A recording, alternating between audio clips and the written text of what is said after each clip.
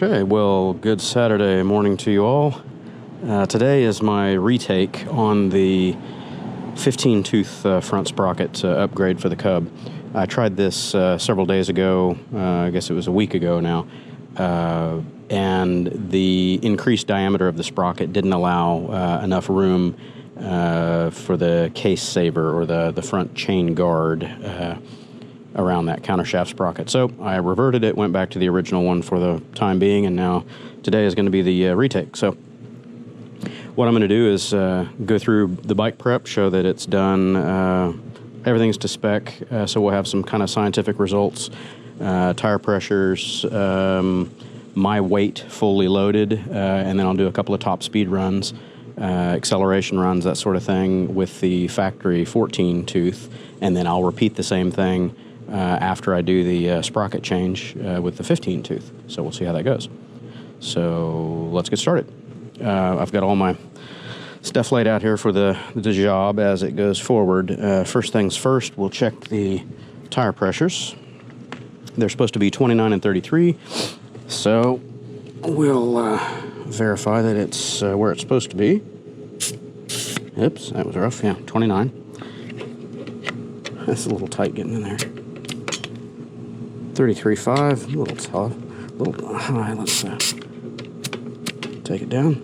Oop, now it went a little under 32.5. I have to put a little bit in there. I'll go grab the pump in just a minute and do that. Okay, so oil is good. I checked that a few minutes ago.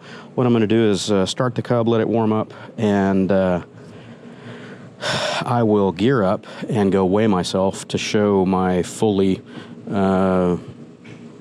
kitted out weight, and we'll have a baseline for kind of how the Cub does with both the 14 and 15 tooth. All right, so my fully loaded weight, if my helmet doesn't bang into the... There we go. So my fully loaded riding weight with all my gear is 170.8, so about 171 pounds. I'm about 157 without all the gear. Okay, so we'll take this thing out. We'll do a little acceleration run here. I'm at about a half a tank of fuel is what that would be, because remember, this thing has a quarter tank when it's all the way down on the flashing bar, so that's probably about a half tank. And the only riding I'm going to do during this test is for this run, so the difference in fuel level weight won't be much.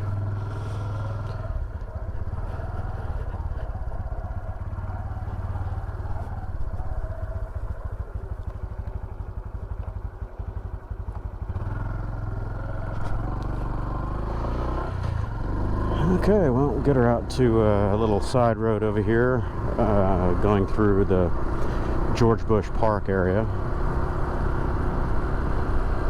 Speed limit out there is 45, but everybody routinely does 60, so I should be safe enough to go 55-ish.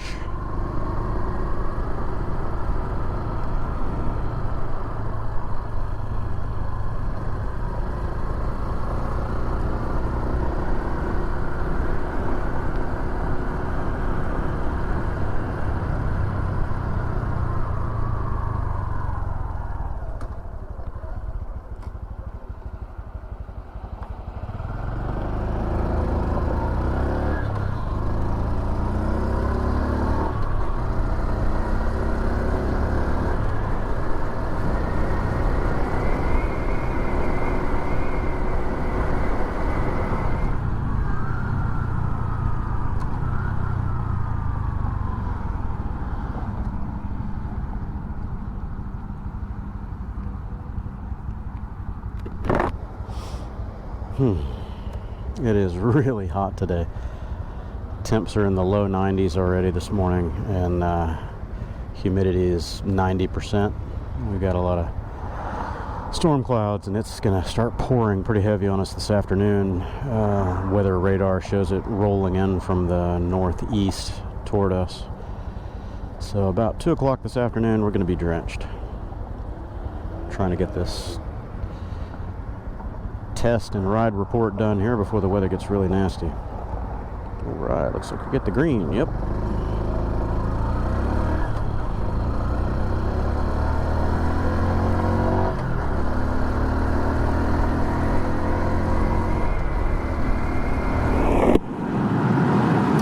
so I'm not going to do a fast blast through here until we get out into the more open stretch. What I'd like to do is find a place to pull off so I can do a full acceleration run. And we got the state troopers patrolling this road today, so maybe it's not a great idea. I'll go down a little further. They've been patrolling this pretty heavy because people have been speeding way too fast through here. I'll do, you know, maybe 10 over, but people have been ripping through here 75, 80 plus. It's a 45 zone. So the speedometer deviation is another one that I'm going to look at. We know that the Cub is about 2 miles per hour optimistic at 55. So we'll see how the +1 does for the accuracy of the speedometer. It should push it pretty close to true. Let's see if I can get lucky and get a full stop out of it. Okay, so I'm going to get a full stop. First gear. Okay, here we go. Full throttle.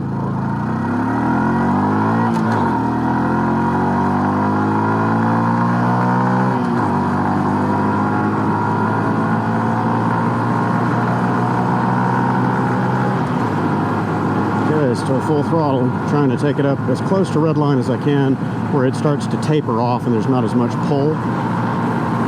So we're still going wide open. Here's my benchmark, that drain over there to the right, and I'm doing 62 indicated, 61, 62, still wide open. I'm fighting a bit of a wind here, a bit of a headwind. I'm doing 64 indicated. Still wide open. I haven't let out of it a hair. That's it. It's about all I'm going to get. I'm actually going down now. Okay, so I'm going to shut her down. The best I got out of it was 63, 64 indicated. And this isn't really an uphill run. It does have a very slight grade to it, but for the most part it's a flat run. I do have a headwind though. So I'll come up here and find a convenient place to turn around, and I'll do the same run going the other direction. Okay, this looks like my turnaround spot.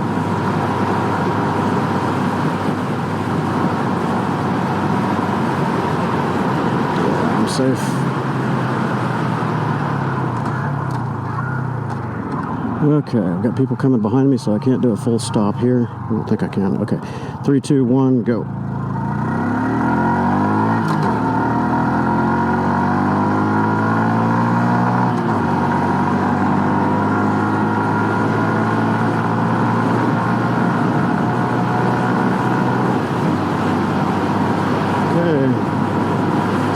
Open.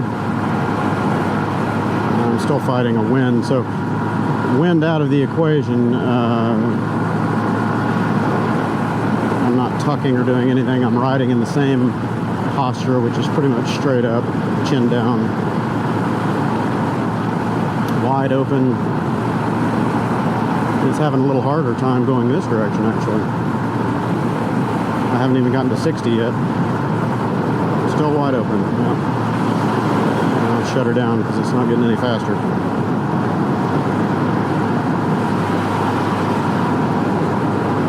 So the +1 is going to hurt that acceleration considerably, I would think. We'll find out in a few minutes. And I'll try to do this follow-up test as quickly as possible right after this one. I'm just going to go home. I'll film the sprocket change real quick. It should take me a total of less than 30 minutes, including torquing up the rear axle. This jack-off isn't going to stop, is he? So I'll try to do it as quickly as possible. That way, you know, weather, wind change, things like that won't be too much of a factor. Thinking about these speed runs in the little windscreen here, I doubt that it does much for aerodynamics other than breaking up the wind load on my chest a little bit. It does help some. I have not gotten my Givi screen. I don't know what the deal with shipping out of Italy is, but man, they're terribly slow. It's been just under 6 weeks since I made that order. I got my shipping confirmation a few days after the order through eBay, and it still hasn't arrived. It's officially 10 days after the estimated arrival date right now. I ordered this from Japan, and the other stuff from Japan, it shows up in 2 or 3 days. And the shipping costs are the same, so I don't know, you tell me. I don't know if it's efficiency or customs, or they're just too busy drinking their lattes over there in Italy.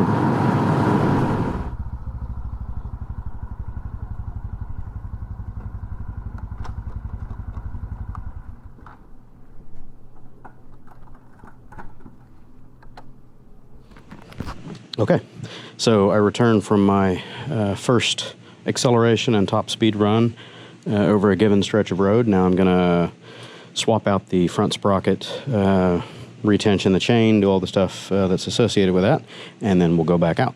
So let me get started on this. Let's see what we can do here. Gonna get this loosened up while we can. There we go. Slack it, and I'll back off these tensioners. Oh, it's hot today.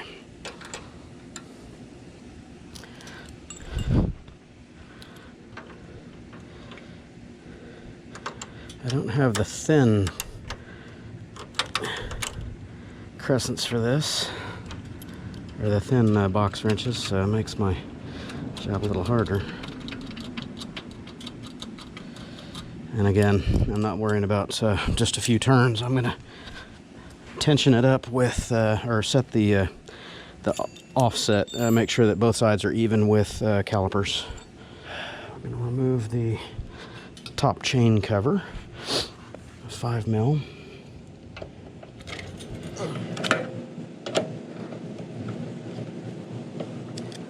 Okay then.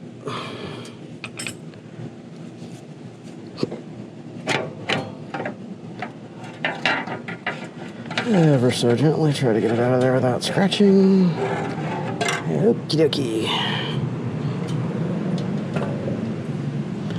Okay, that's done. Now we'll move over here to the countershaft sprocket and take the shifter yoke off. Put her in gear, and my 10 millimeter is over here.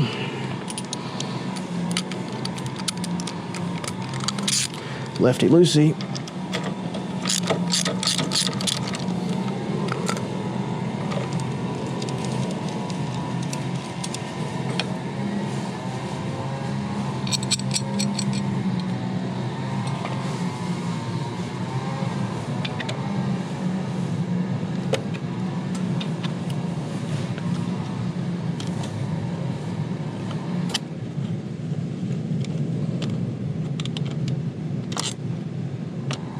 Ooh, it's warm. These little air-cooled motors, man, they transmit their heat everywhere. Yeah, it's warm. That wasn't a very long ride either. Stay there.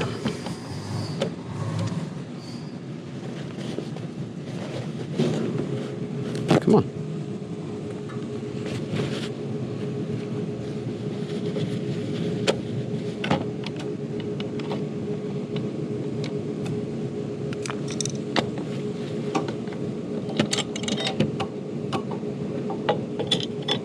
Woohoo, she's warm. That means everything in here is going to be warm. Yeah, and that the guide fell down. Went through that in my last video. It's not glued into the back side of that countershaft cover, so it falls out real easily. Getting it back in there all in one shot is a little bit of a pain as well. Okay, here we go. I know it's going to be hot, so I'll just grab it with the towel here. Oh, you're hot. Oh, yeah, everything's hot. Okay, we won't be using that again.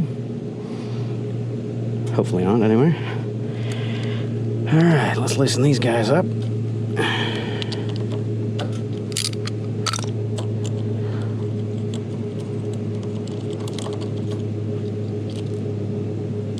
sure this is going to be very toasty. So I'm going to put on the gloves before I get really grimy. Still have some of that chain lube under my fingernails from 5 or 6 days ago when I did this. Okay, so now, it's hot. It's hot. Oh, it's hot. Hey, it's hot. It's hot. I don't have my little screwdriver out here. That was, ow. I'd like to let the engine cool down, but I want to do this test and get it done before the rain sets in, and it's definitely coming. Oh, man, that thing's hot. Yikes. Okay, so let's bring the rear wheel forward a bit. Oh, yeah, plenty of room. Now we go. Off with you. Off with your head. Ouchie. Ouchie.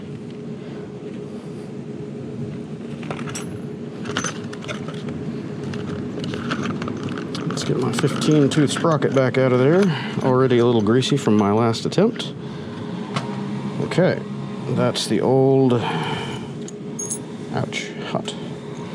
Okay, and again, no front or back. This is where I'd put it in before. You can kind of see the grease mark from the locking plate, so that's how we'll continue with this one. If I can quit dripping sweat all over everything. Ow, chain's hot. Ow, chain's hot. Ow!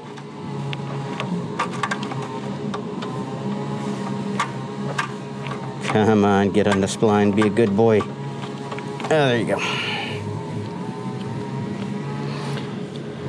Alright, get this guy in there, and that's a spot. Okay, back to the 10mm. Now again, this torque spec on these is like 9 pound-feet or something. It's very light. I don't even bother torquing something like that. I just give it a good snug, and that's all I need. So I can lock that wheel with my foot. Okay, good enough.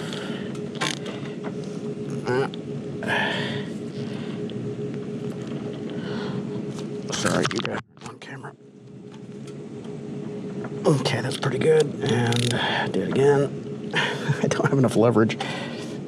I'll put my foot in the spokes. How about that? Crush my foot. Crush my foot. Come on. Gotcha. Okay. So, that is now set. I need to get the guide plate on there and the cover. Now, this is the piece that I was missing last time. We're just out of stock when I ordered the sprockets, and I thought, one tooth, I'm probably not gonna need it, but I was wrong. The clearance is just too tight. I'll try to show a still picture of that in the video. The part thickness here is pretty pronounced. That is how much additional clearance we have with the Kitaco wide guide plate. So it's very significant. With this one, I'll go ahead and show it again. Doesn't take too long. Screws aren't hard enough to burn my fingers now. This one is way too close for comfort. If there were to be any kind of a little skip or a bump in the chain, it's an interference fit here. I mean, it is right against that guide plate. So if you want to do a +1 or +2 front sprocket on the Cub, definitely invest in the guide plate, and don't take this thing out of there. It's there for a reason. It's a case saver, because if your chain ever skips or jumps, you don't want it binding up and mash in this direction, because it will destroy your crankcase. I've had that happen on a few dirt bikes through the years, and it's expensive to fix. So just go the $10 or whatever for this, thinner guide plate, and it'll let you get that sprocket in there without the interference problem. So let's put that aside and try to get the side, or the front cover back in there. Now, again, these are not, they've got a little keying there, the little notches, but it's not attached in any way, so it's a bit of a trick, and it's going to be even more of a trick today with the hot case that I'm dealing with. I'm gonna burn my finger, but I have to hold it in place from the bottom and then get that top screw started, or top bolt.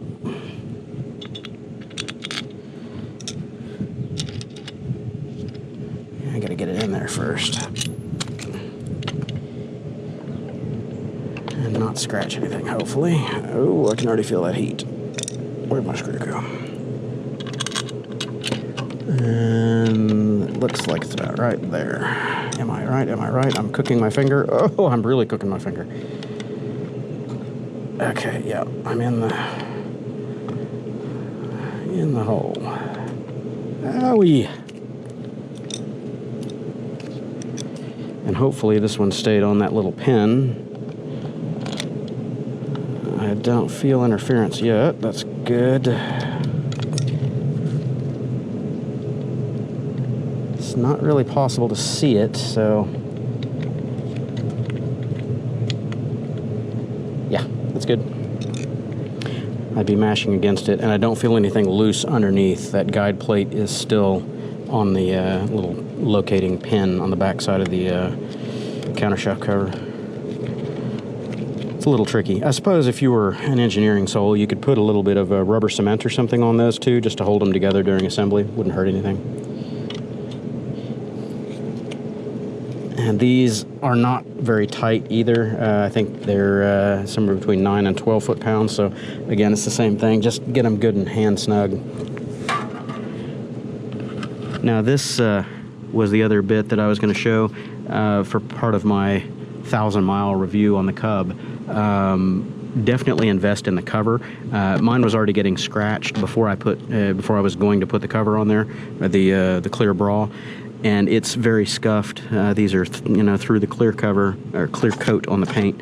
So definitely get some of that clear bra protector for this if you don't want to end up replacing the side cover. I had to order additional plastics for this when my son dropped it, because this leg cover is all scuffed up. So I went ahead and got this side cover piece, and it was, I don't know, $25 or $30 or something like that. So when I take the front cover off and do that maintenance, I'll replace this side cover, but I'm going to put the bra on there first, for sure. Okay, anyway, running out of time before this storm, so let's get this done. I'm tightened up here. I got my countershaft bolts in. Now I need to torque my rear wheel. And then I'll put the chain cover back on. I'm going to check my chain slack while I'm at it. So pull the rear wheel back and get the chain roughly taut, not really tight. Cinch up the little spacers here.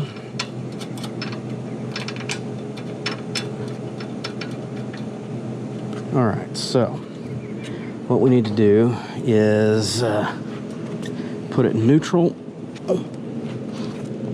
so I can roll that rear wheel a bit.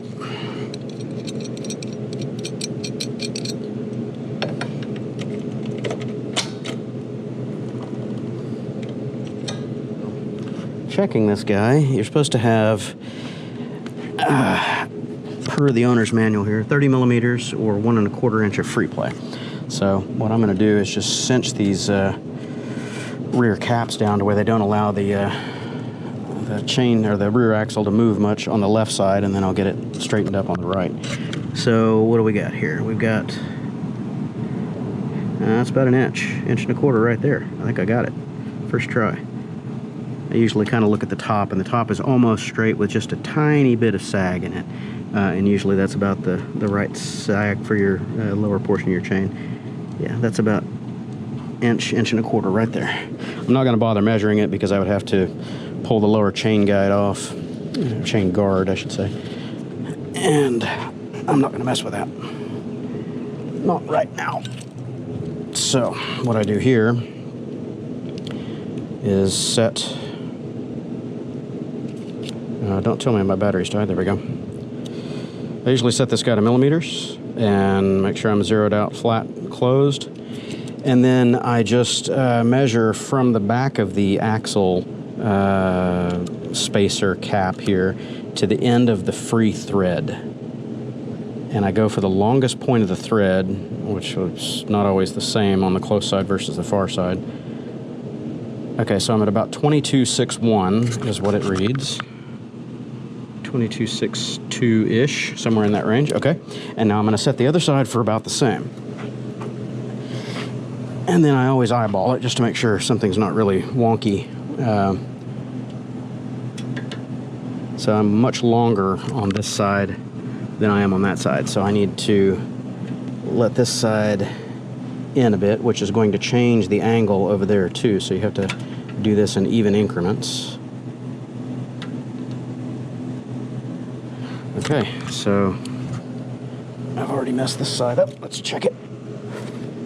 And then after all this monkeying around, you have to check your tension again. Okay, so 22.68. So that one is still about set. Be nice if you could tighten this guy down to where it didn't move, but that doesn't work. So we're still a little long on this side. I'm gonna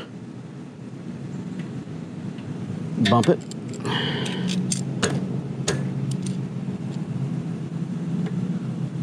Oh, I messed it up. And it needs to be re-zeroed now. Let's go back out to 22.68.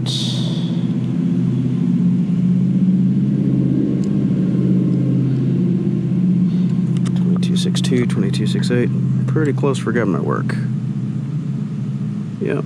So we're just a hair longer. So that is about as close to true without getting really ugly with the alignment methods on the rear wheel. All right, so now I put a little bit of tension on those guys. Not a lot, because I don't want it to skew the axle.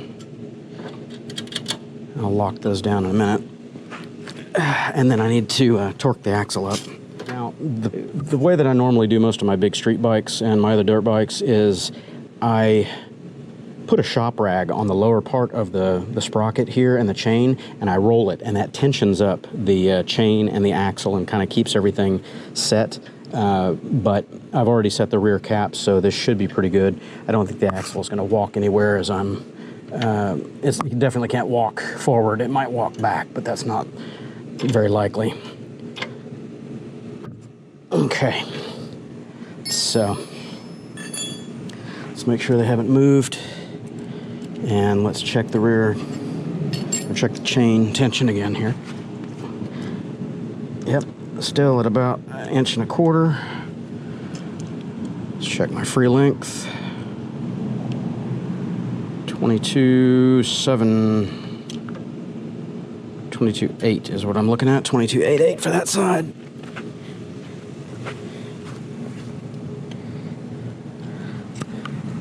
Try not to bump it and get it in there. 22.87, yeah, pretty close. Yep, we're within maybe a couple tenths of a millimeter here. All right, so now it's time to torque this rear axle down to 44 pound-feet. 40. 1, 2, 3, 4. And I'm not doing this the proper way. The proper way is you torque on the nut side, not on the fixed side or the long axle side. But it's not really possible with the Cub, with the exhaust being in there right there. I'm not going to pull the exhaust to do this, so I'll fake it. It'll be just fine.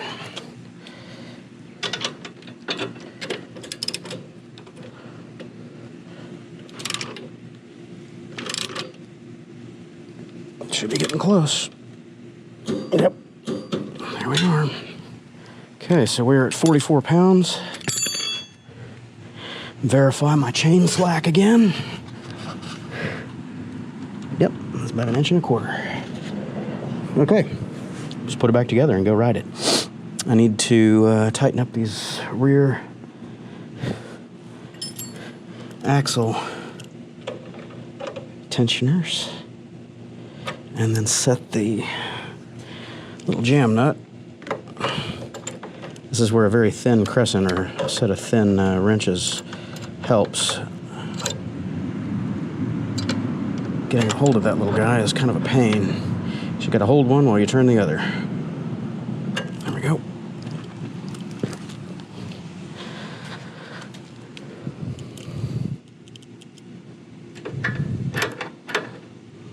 Just snug them up a little bit, because when you tighten the axle, sometimes it moves these a little bit and they don't have as much tension on them as they did. And I don't know that I'm going to be able to get that in there. Okay, let's try again. Yeah, let's stay put. All right, so just snug up that jam nut and it's done. All right. I'm going to put the chain cover back on.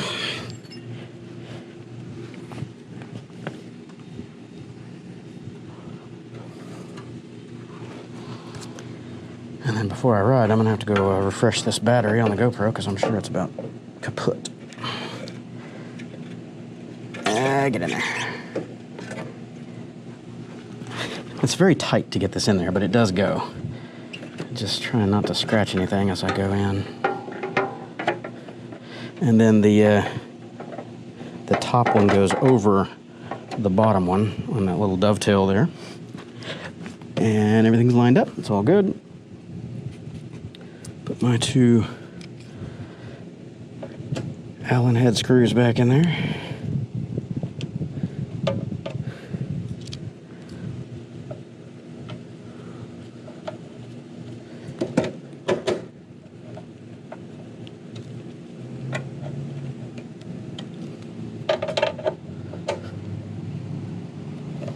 Okay, they are tightened up. They've got thread lock. I'm not too worried about them.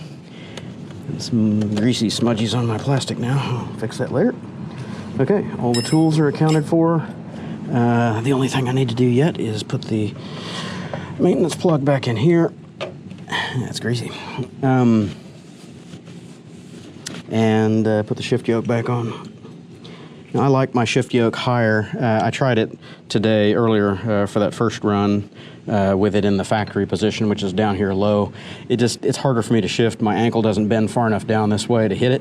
So for me, going 1 spline up, and again, that's also what's causing some of the scuffing. 1 spline up just works better for me.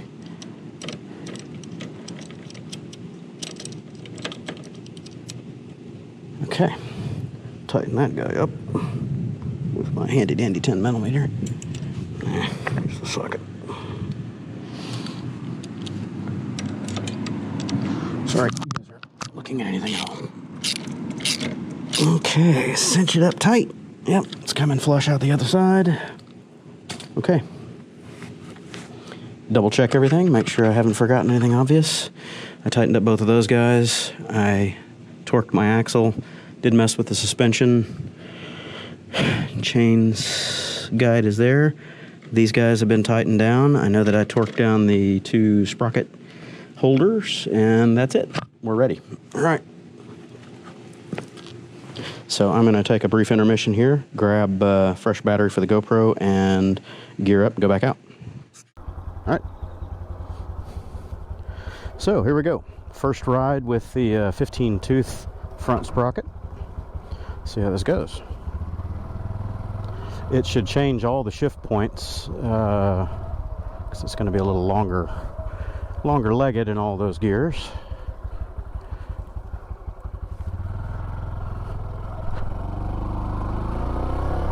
Ooh, first gear already feels better. I don't know how it's going to be for the rest of the gears, but it definitely feels a little longer now. That's good. First and second gear are so short in this thing as they are.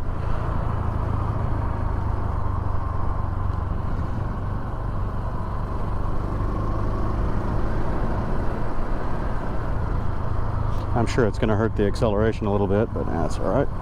This is not a fast bike. The Cub isn't about acceleration and speed. My main intention for this upgrade is just to calm the motor a little bit at higher speeds.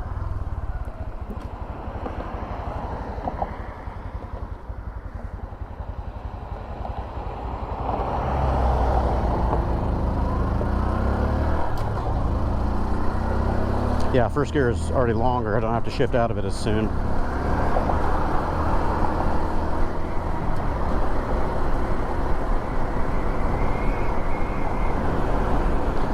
So We'll see what the speedometer deviation is here as we get up to steady cruising speed.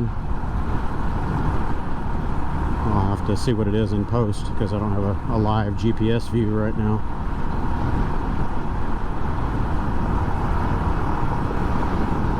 Yeah, I got away from a guy on a Harley. Don't you come over here, buddy.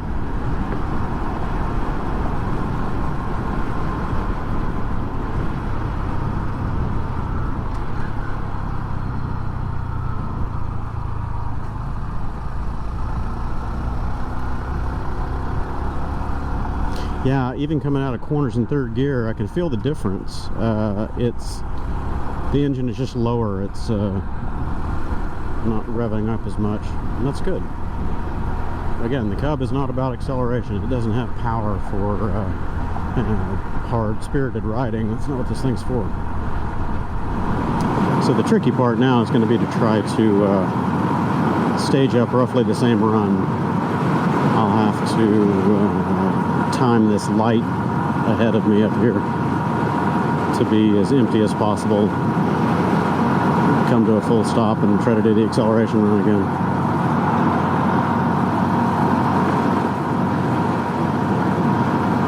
Oddly, I'm not feeling that same buzzy vibration around 40 to 42 that I usually do. I went right through that and it didn't have that same resonance. Yeah, so I'm going an indicated 47 here. Let me get it up to 50 and we'll see what the deviation on the speedometer versus GPS is. Okay, so that's indicated 50 right on, dead even right now. 50. So let's see what the GPS has to say about that. I would think that this is going to help fuel economy too on these relaxed, slower runs on the back roads at around 50 miles an hour. It should help the fuel economy. The motor's not spinning quite as fast.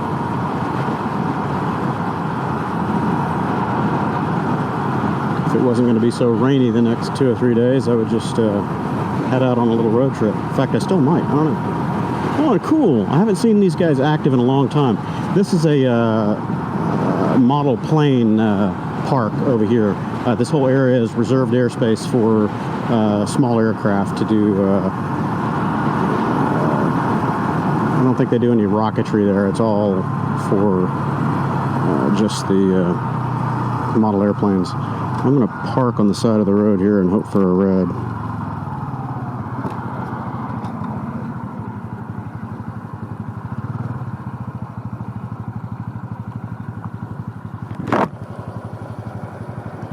Let these guys go. And as it clears out, I'll jump into it. All right, now I found an empty spot.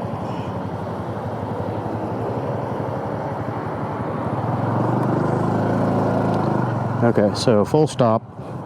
Here we go. 3, 2, 1, go. All right, wide open with the 15 tooth. First gear pulls longer, that's good.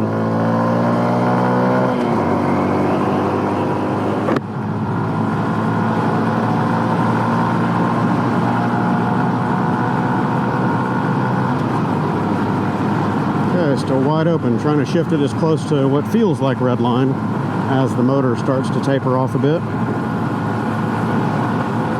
Still wide open. Now I'm doing a 55 already, so it hasn't hurt the acceleration that much.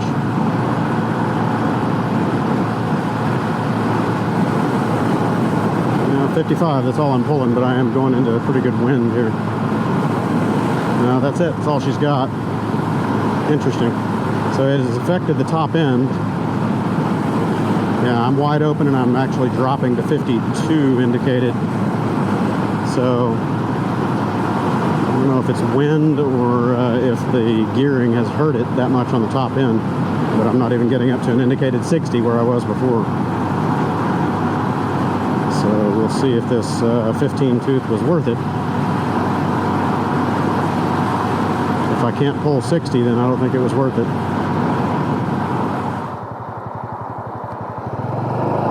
Okay, I'll turn around and I'll do a full run here. Got somebody coming, so I can't stop too long. All right, 3, 2, 1, hit it. All right, full open.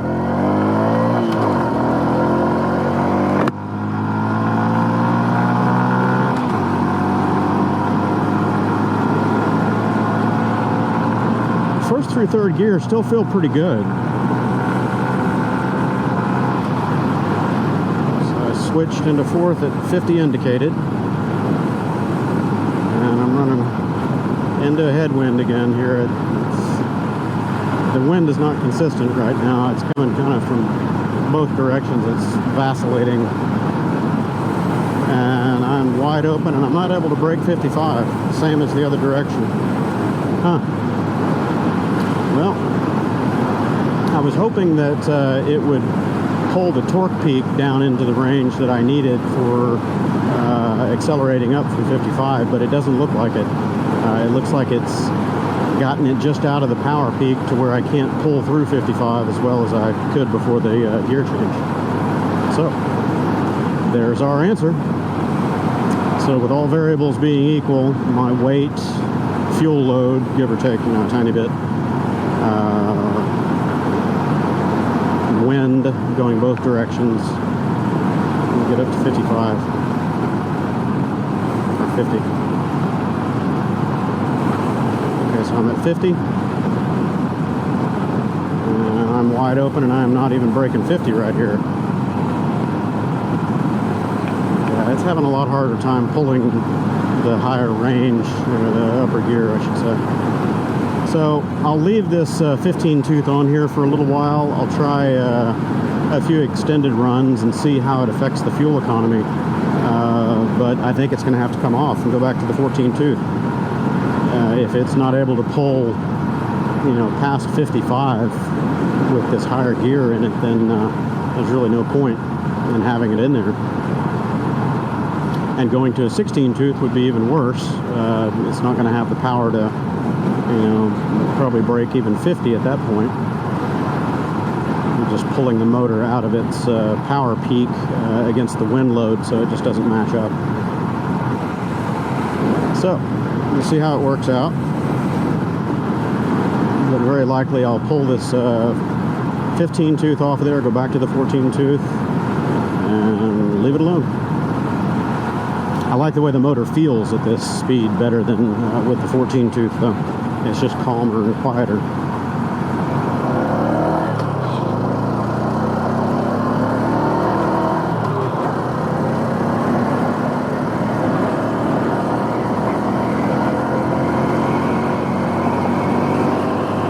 I don't know, it's an odd sensation with this 15 tooth. It feels like the lower gears pull better, more smoothly, because they just, I don't know, they're longer, I guess.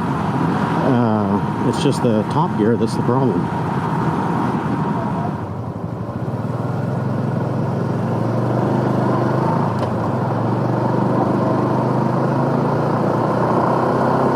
Yeah, you don't have to shift out at first nearly as early.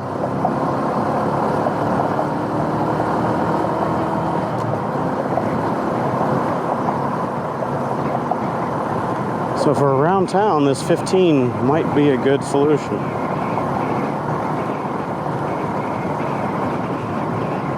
Which, again, is kind of counterintuitive. It's a little backwards.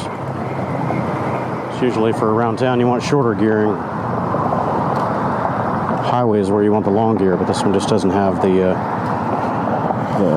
oomph to pull it. All right, well, I'll go throw this video into the editing station and try to put something together for everybody to look at.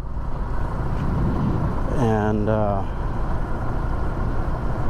if the weather permits, which I don't think it's going to, I'll go fill this guy up and take a 100-mile highway run or something and see how the fuel economy does with this higher ratio in there. But I'm not going to be able to